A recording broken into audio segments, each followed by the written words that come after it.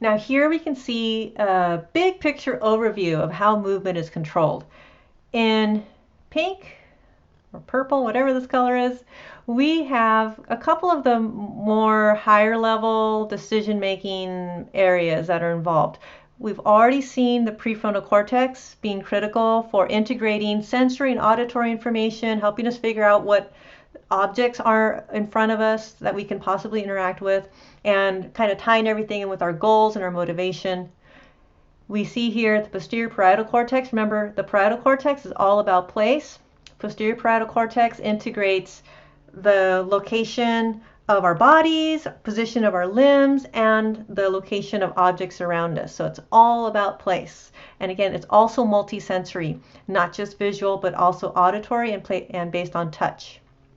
These two areas work really closely together, and they're going to provide information to the supplementary motor area to smooth out those series of movements, sequences of movements, and the premotor area that's going to help integrate what we see with what we feel and plan for movement.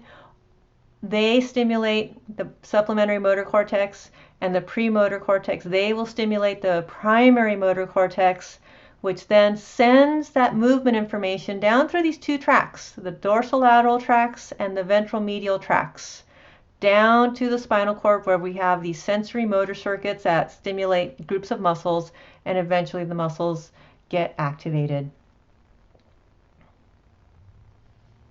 Here we can see the dorsolateral and the ventral medial tracts.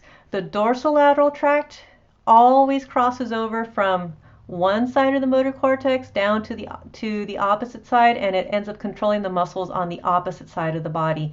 That means that a stroke or other brain damage on, say, a person's right motor cortex will end up affecting their movement on the left side of their body, and vice versa. The dorsolateral motor pathway controls your hands and feet. So basically everything from the elbow out to your hand and from your knees out towards your feet. So our extremities.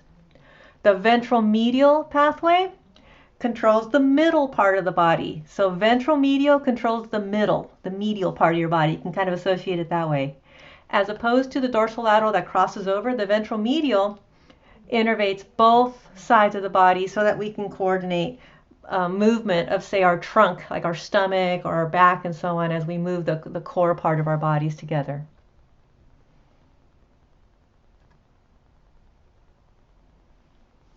In addition, the basal ganglia, which we looked at briefly, receives information from primary and secondary motor areas and the somatosensory cortex.